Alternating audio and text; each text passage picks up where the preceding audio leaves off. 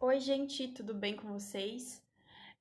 Boa tarde, bom dia, boa noite para quem estiver me assistindo e acompanhando. A gente vai dar continuidade a aulas de geopolítica, mas de uma outra forma, né? Nas aulas passadas eu expliquei para vocês sobre questões básicas da geopolítica, né? A gente discutiu sobre geografia agrária, a gente discutiu sobre princípios da economia e política, né? Questões de Estados-nação, capitalismo. E agora a gente vai se aprofundar realmente em contextos históricos, né? A gente vai falar sobre imperialismo, Primeira Guerra, Segunda Guerra, Guerra Fria, contexto atual. Então agora a gente vai realmente discutir essas questões.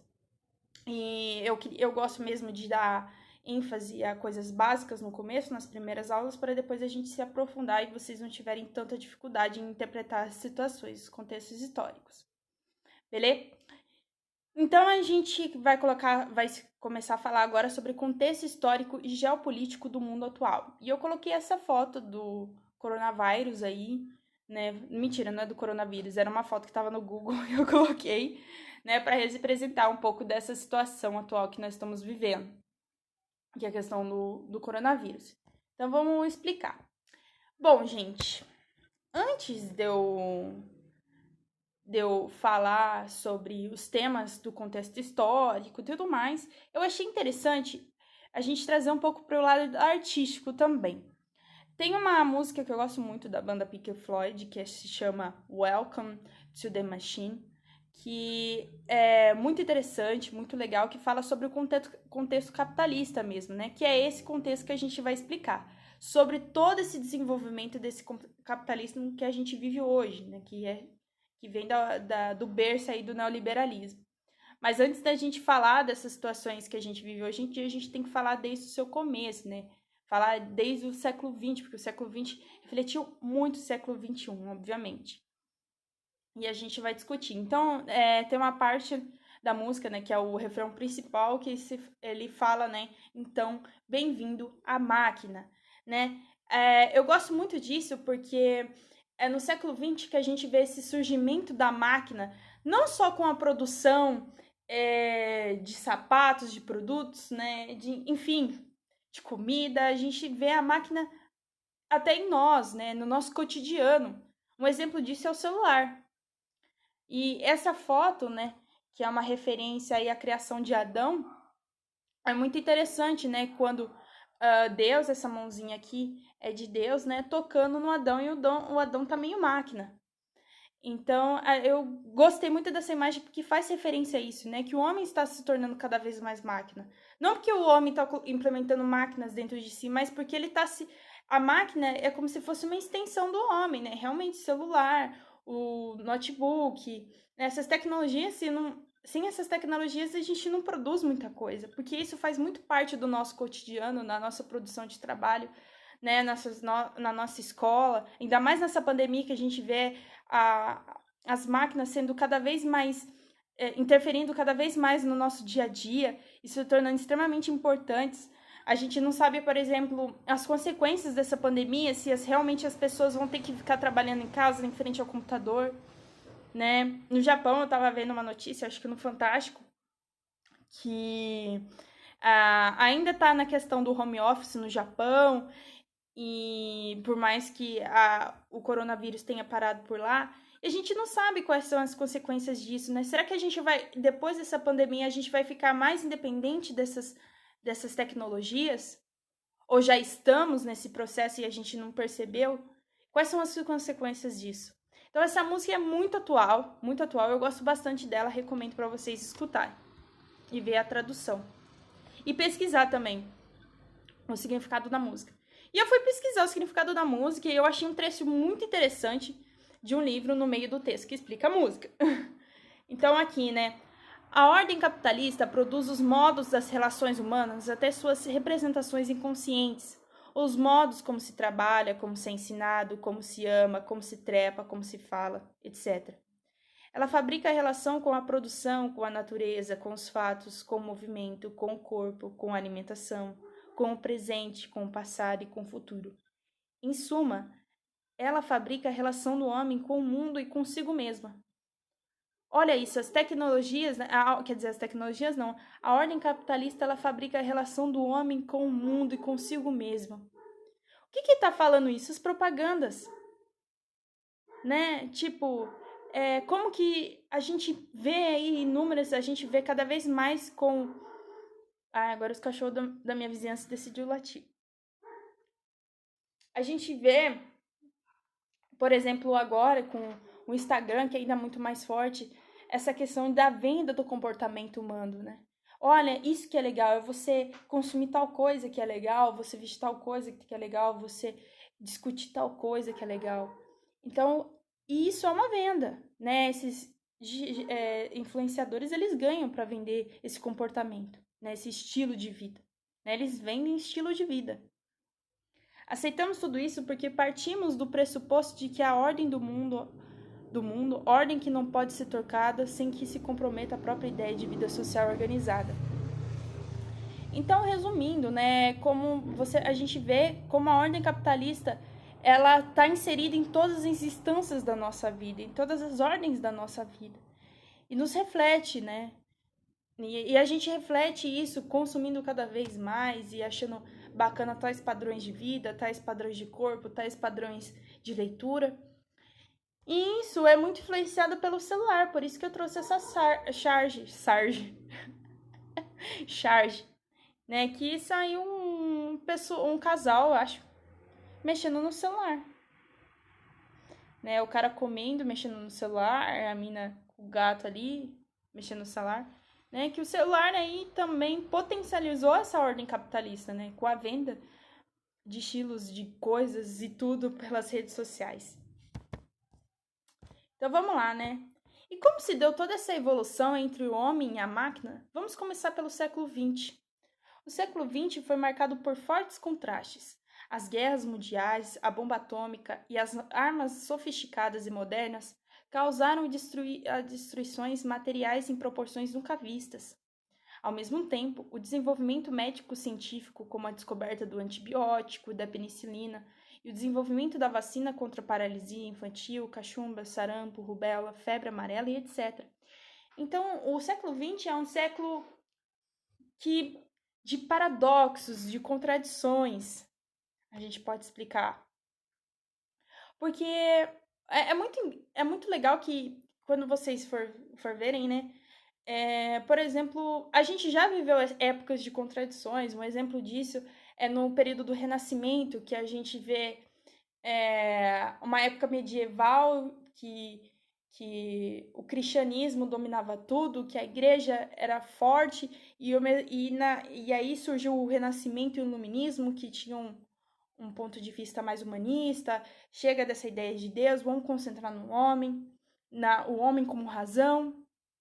E isso foi um período aí, o que é o período moderno de contradições, e nós vivemos também esse período de contradições, agora no século XX, que ao mesmo tempo, só que em outras instâncias, em outras perspectivas, né? Que a gente vê ao mesmo tempo o surgimento de armas sofisticadas, de bombas atômicas, né? A gente vê nessa foto aí que eu coloquei. A gente tem, ao mesmo tempo que é criado tudo isso, é criado também uma medicina totalmente voltada aí para vacina, né, contra várias doenças, para radicalizar várias doenças. E olha como que né? Ao mesmo tempo que a gente cria armas que matam, a gente cria armas que dão mais, que fazem com que as vidas durem mais, né? Com o surgimento dessas vacinas, a expectativa de vida de alguns países aumentou, né, na verdade. Por quê? Porque as pessoas puderam viver mais. E ao mesmo tempo que muitas pessoas puderam viver mais, muitas pessoas morreram. Então é um período de contradições. Nesse século, o espaço geográfico se alterou profundamente com a construção de grandes obras e a formação de cidades gigantescas. A gente vê, nesse período do século XX, a industrialização em países periféricos, como o Brasil, né? Que a gente fala países periféricos, que são os países que têm industrialização tardia, que não se industrializaram na época da Revolução Industrial, que foi no século XVIII, XIX. Foram países que praticamente, aí o Brasil foi se industrializar praticamente na década de 30. Teve umas indústrias, algumas fábricas antes disso, mas de fato o Brasil se desenvolveu de fato na década de 30, com o fim da crise, com a crise do café. Então, quando a gente tem o surgimento de uma industrialização, a gente também tem o surgimento de uma urbanização. Lembrando também que a gente vê que o meio rural, ele está passando por transformações tecnológicas, né? Que o meio rural não precisa mais de uma mão de obra humana, ele precisa de máquinas. E isso faz com que muitas famílias vão para o meio urbano procurar emprego, já que o meio rural não demanda tanto de emprego, não tem tanta demanda de emprego. Então, é isso que eu queria dizer a princípio. Aí vamos explicar aí um resuminho do que a gente vai falar nessa primeira aula e nas aulas seguintes. A Primeira e a Segunda Guerras. Um dos fatos mais marcantes no início do século XX tem sido a explosão da Primeira Guerra Mundial, que ocorreu entre 1914 e 1918 e atingiu direta e indiretamente pessoas de todos os continentes. Então, assim, né, pessoal, vamos parar para avaliar. Quando a gente fala de Primeira Guerra Mundial, a gente não fala que todos os países participaram dessa guerra. É que todos os países sofreram com essa guerra, né? Sejam direta ou indiretamente. Né? A guerra ela resultou em todos os países de todos os continentes. Né? Seja pouco, seja muito, mas ela refletiu. Por quê? Porque essa Primeira Guerra, ela teve participação de países muito importantes. Por isso que essa guerra reflete nos países, em todos os países, porque quem participou dessa guerra foram países importantes, países industrializados, países de grande poder político, econômico e militar. As causas do início da Primeira Guerra estão relacionadas às disputas imperialistas. A gente vai discutir depois. No final do século XIX e início do século XX, uma das suas consequências foi justamente a ocorrência de outro conflito, de proporções ainda maiores, a Segunda Guerra Mundial, entre 1939 e 1945. Então, a Primeira Guerra, né, que ocorreu entre 1914 e 1918, culminou na Segunda Guerra, que durou entre 1939 e 1945. Então, vamos entender tudo isso, entender profundamente tudo isso? Let's go! O imperialismo e a Primeira Guerra Mundial. Eu vou resumir aí mais ou menos o que está escrito nesse slide. Aqui, o primeiro trecho, né? Nas três primeiras últimas décadas do século XIX, as potências industriais dominaram o mundo. A Grã-Bretanha e a França alcançaram territórios na Ásia e a maior parte do continente africano. Pessoal, é muito interessante a gente ver isso. Os países industrializados, né, os países que sofreram aí as primeiras revoluções industriais, eles estavam produzindo muito, a sua cultura estava ficando cada vez mais forte, o nacionalismo estava também se desenvolvendo nesses países, e eles decidiram o quê? Conquistar países da África, conquistar países da Ásia, para poder ampliar esse poder, né? Porque esses países, eles disputavam entre si. E eles queriam saber quem mais poderia ter, quem tinha o maior alcance de mercados, de fonte de matéria-prima, né? E é por isso que eles conquistaram esses países, com o objetivo de ampliar o seu capitalismo, de ampliar o seu poderio, né? Então, foram todos os países da Europa que participaram do imperialismo? Não, alguns participaram de um imperialismo que eu chamo, né? O Isabela chama de imperialismo tardio. Por exemplo, a Itália e a Alemanha, a gente vai explicar os porquês que esses países tiveram um imperialismo tardio, né? Porque, enfim, mas os países principais como a Grã-Bretanha, a França, né, a Bélgica, a Holanda, foram os países europeus que começaram o quê? Conquistar países nesses continentes, né, a Ásia e a África, em busca de ampliar esse poder. Os Estados Unidos, ele passou por uma questão diferente, mas ele também praticou o imperialismo, mas mais na América. O que aconteceu? Os Estados Unidos, criou uma doutrina chamada de doutrina Monroe, que é a doutrina do Big Stick. O que seria isso?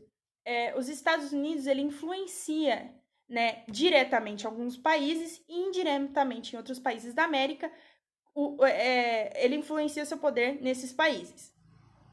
Diretamente, quando a gente fala sobre a emenda Platt, né, quando os Estados Unidos aí encheu o saco de Cuba, né, entrou em Cuba, e depois a gente vai ver que isso vai resultar numa revolução cubana, e também indiretamente, como no Brasil.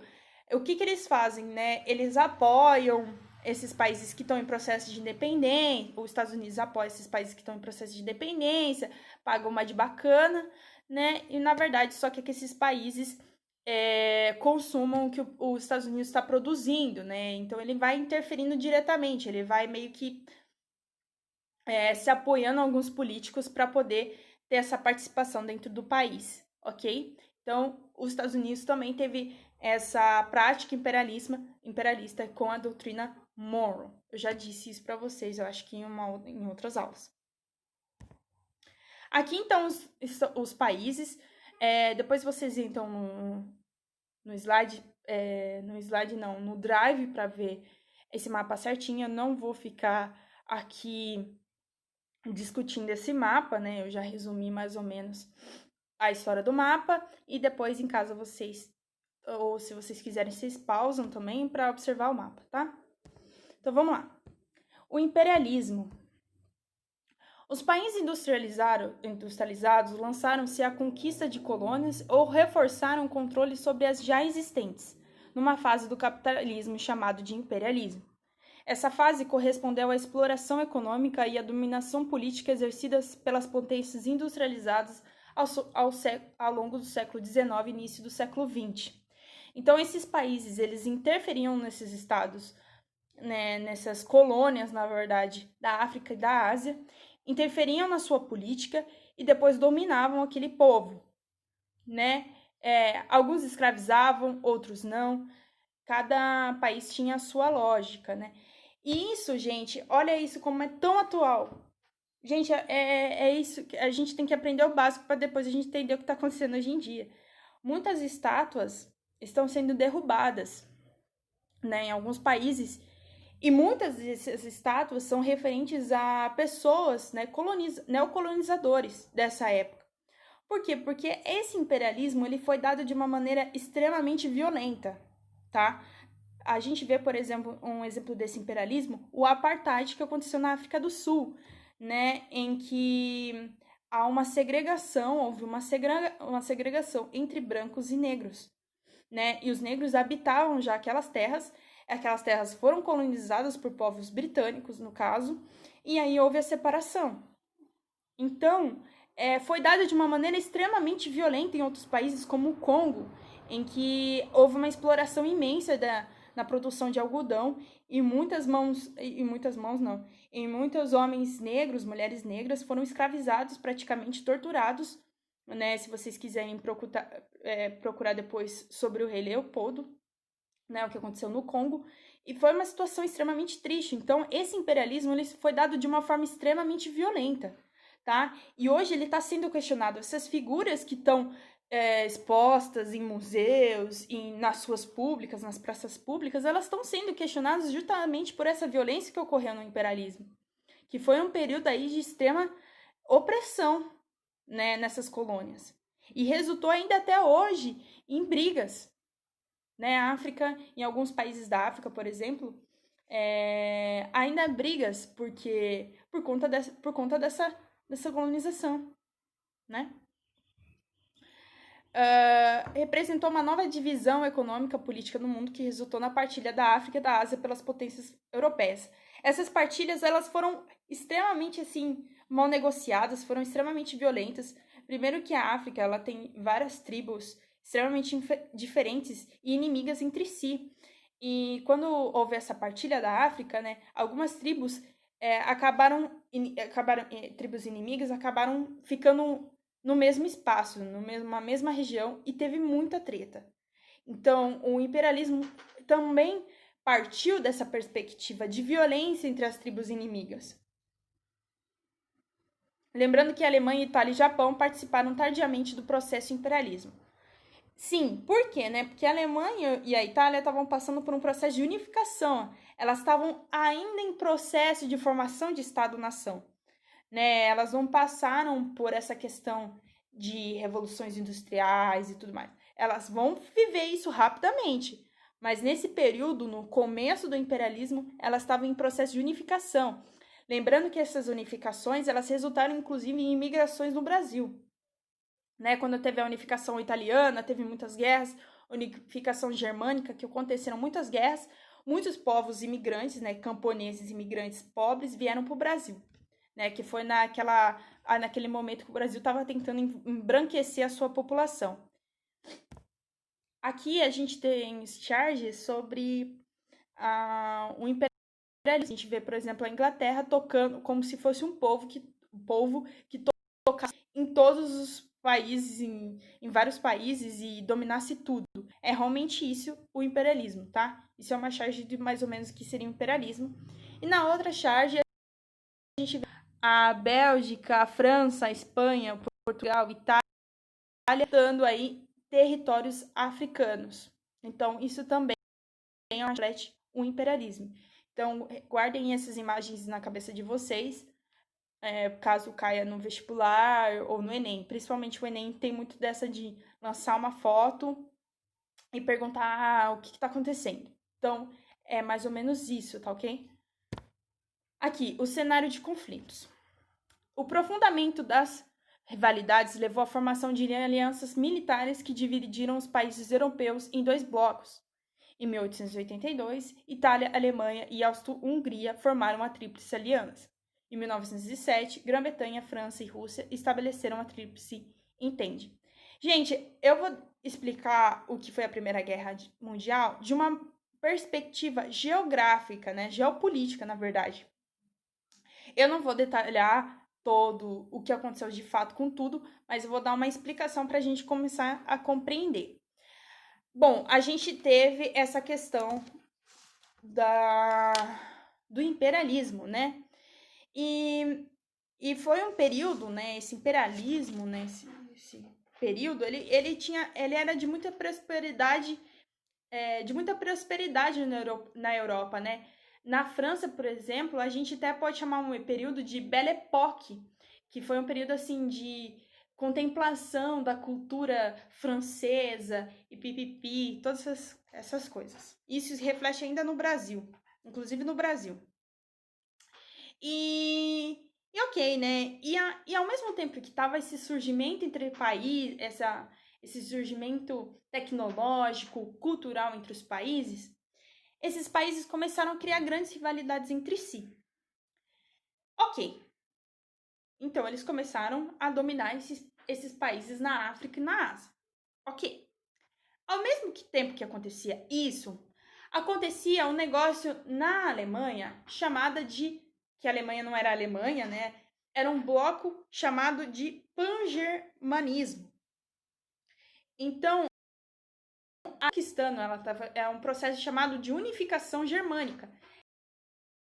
Ela alguns territórios, inclusive franceses. E a França estava ficando puta, né? Porque a gente está lembrando de quem domina mais nesse período. Quem ganha mais nessa merda. Então, beleza. Então, o país, o pan-germanismo, né? Tava aí fazendo com que a Alemanha conquistasse alguns territórios.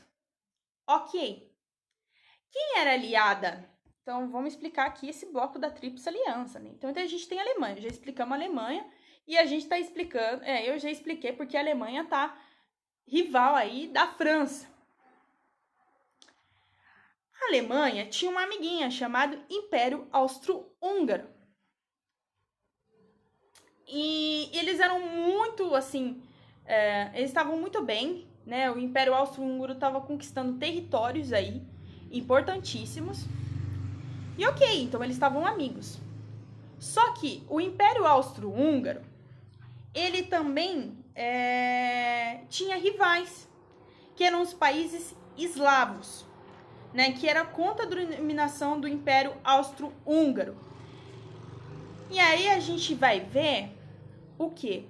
Ah, lembrando que a Alemanha também não só estava conquistando territórios franceses, como territórios ingleses. Então a gente está vendo aí que a Inglaterra e a França eram rivais da Alemanha. O Império Austro-Húngaro era amiguinho da Alemanha. E aí a gente vai entender por que a Rússia entrou na Tríplice Entende. Porque esses países eslavos, eles eram contra essa dominação do Império Austro-Húngaro. E aí eu vou explicar o ápice disso. Então, a gente vê que a Tríplice Aliança é formada por Alemanha, Império Austro-Húngaro e Itália. A Itália, ela também está passando por um processo de unificação. Ela não entra assim de uma forma muito forte, né, na Tríplice Aliança. E ela, mesmo não entrando, ela muda e vai para a Tríplice Entende. Por quê? Oferecia alguns requisitos para a Itália. E a Itália viu aquilo, né, que eles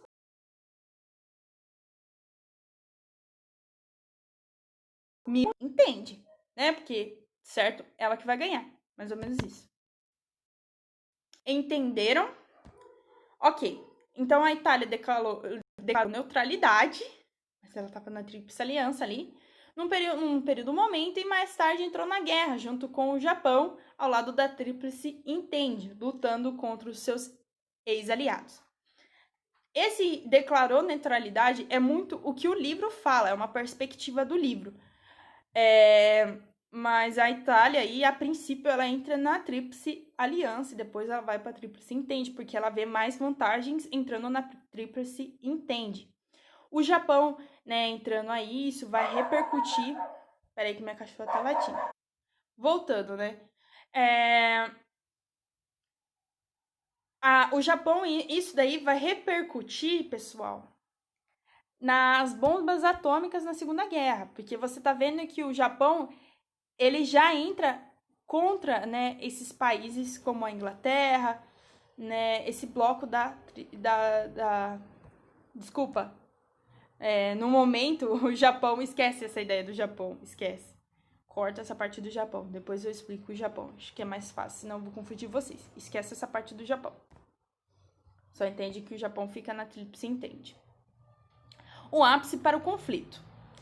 Então, nesse período, o Império Turco-Otomano se encontrava em processo de desagregação, ok? Na península dos Balcãs, a Bósnia-Herzegovina, a Croácia e a Eslovênia, que antes estavam sob domínio turco-otomano, foram incorporadas pelo Império Austro-Húngaro. Então, aquilo que eu estava falando para vocês, que o Império Austro-Húngaro, ele estava conquistando alguns países. Ok. Lembre-se que o Império Austro-Húngaro é amiguinho da Alemanha, que é inimigo da Inglaterra e França. Até então. A região balcânica passou a ser uma frente de disputa com a Sérvia, que pretendia estender seu domínio pela península. Em junho de 2000... Aí, ok. Isso já estava começando a o quê? A enfurecer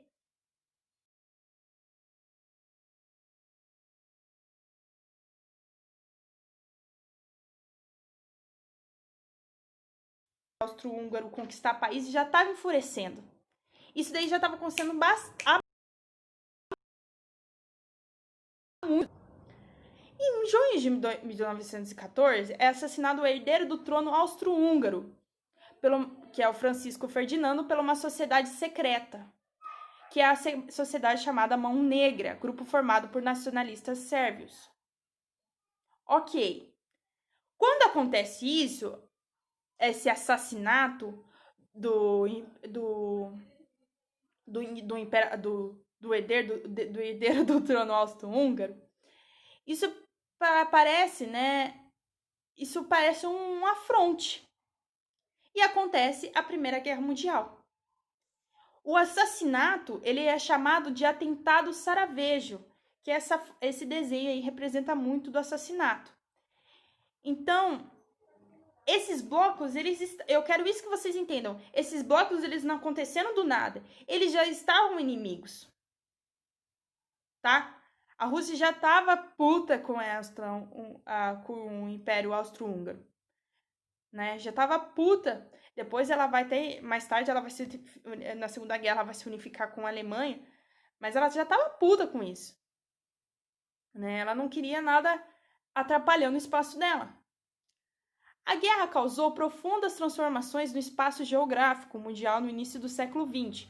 Os países europeus tiveram suas plantações arrasadas e houve forte diminuição da produção industrial que o levou a depender basicamente dos Estados Unidos. Aí chega o tio Sam. Aí chega o bonito no rolê. Que ele fala assim, né? O que acontece? Os países estavam arrasados, não tinha para onde correr, não tinha o que produzir. Aí os Estados Unidos chega e fala: oi, tô aqui, posso servir. Ele tava já coçando, né? Queria produzir, já, os Estados Unidos já estavam imperialismo. Isso vai representar, gente, muito esse crescimento, essa potencialização dos Estados Unidos que tem até hoje. Os Estados Unidos ele estava interferindo indiretamente na Primeira Guerra Mundial. O quê? Financiando. Ai, olha, vocês podem pegar esses alimentos aqui, comprar esses meus alimentos, comprar esses armamentos meus aqui, né? Eu posso abastecer vocês. Então, os Estados Unidos, ele estava... Nossa, para o vídeo não ficar comprido. Ele estava aí agindo indiretamente nessa guerra. Aí, beleza. Aí a gente vê o tio Sam. Se vocês não conhecem quem é o tio Sam, é esse maluco aqui. I want you for us arm. Né? Eu quero você para o exército dos Estados Unidos. Os Estados Unidos, que já apontavam como forte potência econômica, era o principal credor da França, da Rússia e da Grã-Bretanha, para quem tinham fornecido armas, munições, alimentos e outros produtos básicos. Aí, beleza. Aí a Rússia, ela decidiu sair, porque ela estava passando por uma revolução russa, né? Uma revolução aí que a gente vai discutir na próxima semana. Por quê? Porque a Rússia estava apanhando muito na guerra, gente. Na Primeira Guerra, a Rússia estava fadada ao fracasso, pessoas passando fome. E aí teve a Revolução, né, bolchevique, né, que a gente vai discutir depois. E inclusive, a gente vai discutir na próxima aula o que é socialismo, o que é comunismo. E vocês vão sair craques disso. Eu tenho livros que explicam isso, então vocês vão sair craques sobre isso. E aí a Rússia saiu e os Estados Unidos decidiu entrar nesse rolê, na guerra, diretamente, que foi em 1917. Em julho de 1918, as tropas da França, da Grã-Bretanha e dos Estados Unidos abrigaram a rendição da Áustria-Hungria, da Bulgária e da Turquia. Para a Alemanha, a guerra só terminaria meses depois com a abdicação do Kaiser. O que é Kaiser? É a autoridade máxima da Alemanha e a rendição do país. Gente, a gente vai discutir a continuação da Primeira Guerra, vamos discutir tudo isso bonitinho nas próximas aulas. A gente vai ter tempo, é só para a aula não ficar curta. Espero que vocês tenham gostado. Lembrando, né, que o tio Sam, ele foi uma forma de publicidade.